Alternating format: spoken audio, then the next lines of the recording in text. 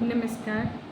आज मैं बात करूँगी कि सेविका दीदी या आशा दीदी जो होते हैं गृह भ्रमण के दौरान क्या करें। मतलब कि उन्हें परामर्श देना, आहार संबंधी, साफ सफाई संबंधी देना अति आवश्यक है। और ये नहीं कि आप बच्चे को अच्छा खाना खिलाएं, ताज़ा खाना खिलाएं, बल्कि ये बताएं कि क्या क्या खिलाएं, कितनी बार खिलाएं, कैसे खिलाएं।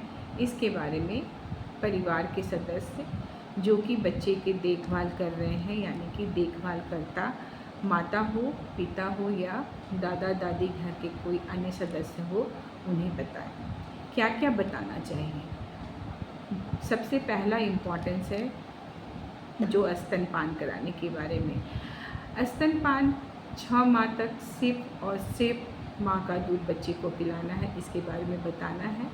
6 माह के उपरांत स्तनपान से मिलने वाले दूध से बच्चे का जो कैलोरी है वो पूरा नहीं होता है, इसीलिए उसे इस समय 6 माह उपरांत ऊपरी आहार देना सुनिश्चित करना है। अब है कि ऊपरी आहार दिया क्या जाए, देना क्या है, इसके बारे में जानकारी होना बहुत ज़रूरी है।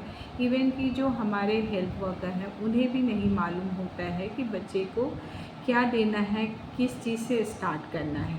तो यहाँ उन्हें बताएं कि उन्हें बच्चों को जितने भी फूड ग्रुप्स हैं सारे फूड ग्रुप्स देने हैं।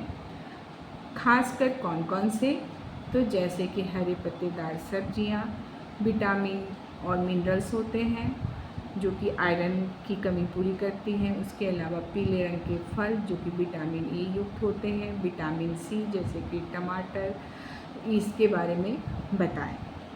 अब है कि बताने के बाद बच्चे के आहार की मात्रा कितनी देनी है। तो जब बच्चा अगर 6 माह का है तो उसे 3 चम्मच बड़े चम्मच से खाना खिलाए, पूरे दिन में 3 से 4 बार, और स्तनपान जारी रखना है, इसके बारे में बताएं। जो स्तनपान करा रही हैं इसमें अगर कोई कठिनाई है, समझ नहीं पता चल रहा है कि स्तनपान ठीक है कि नहीं, तो ये भी उनकी जो मिथ्स है स्तनपान से रिलेटेड और ऊपरी आहार से रिलेटेड, उसके बारे में जानकारी देना है, परामर्श देना है। ऊपरी आहार में कितनी क्वांटिटी देनी है ये भी बतानी है। अगर 6 माह से है तो जैसे कि मैंने 3 बड़े चम्मच बताया, 8 माह से ऊपर का है तो आधा कटोरी बच्चा दूध खाना खा सके और स्तनपान जारी रखे। और 1.5 साल से 2 साल का बच्चा है तो कम से कम 1 कटोरी धीरे धीरे वो खाना खाए।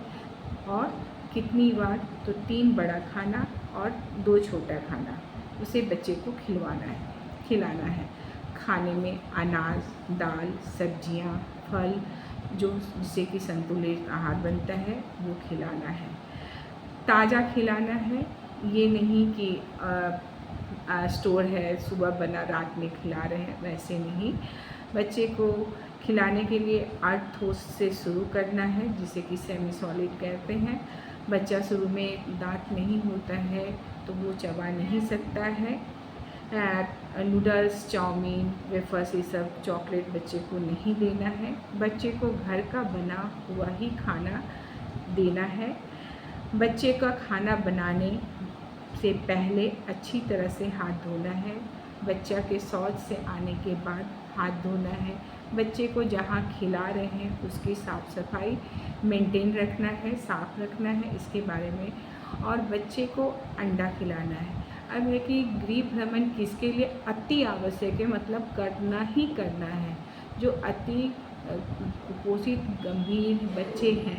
गंभीर कुपोषित बच्चे हैं उनके लिए देखना बहुत ज़रूरी है कि बच्चे को हमने जो परामर्श माता को या देखभाल कर्ता को दिया वो घर में उसके अकॉर्डिंग बच्चे को खिला रहे हैं कि नहीं।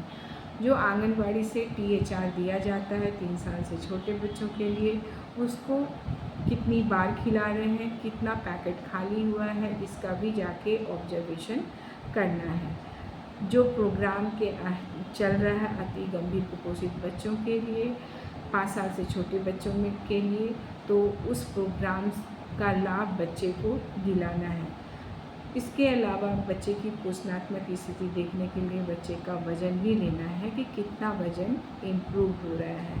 अगर इसमें गंभीरता बढ़ जाती है या बच्चे को डायरिया हो रहा है या एक्यूट रेस्पिरेटरी इन्फेक्शन हो रहा है, अगर रेफ़र की आवश्यकता होती है तो उसे रेफ़र भी करना है, उसे साथ में जाना है, सैया दीदी लेकर उसे सेंटर लेके जाएगी, हॉस्पिटल लेके जाना है। तो ये थी बातें गृह भ्रमण के समय देखभाल कर्ता को क्या परामर्श देना है। धन्यवाद।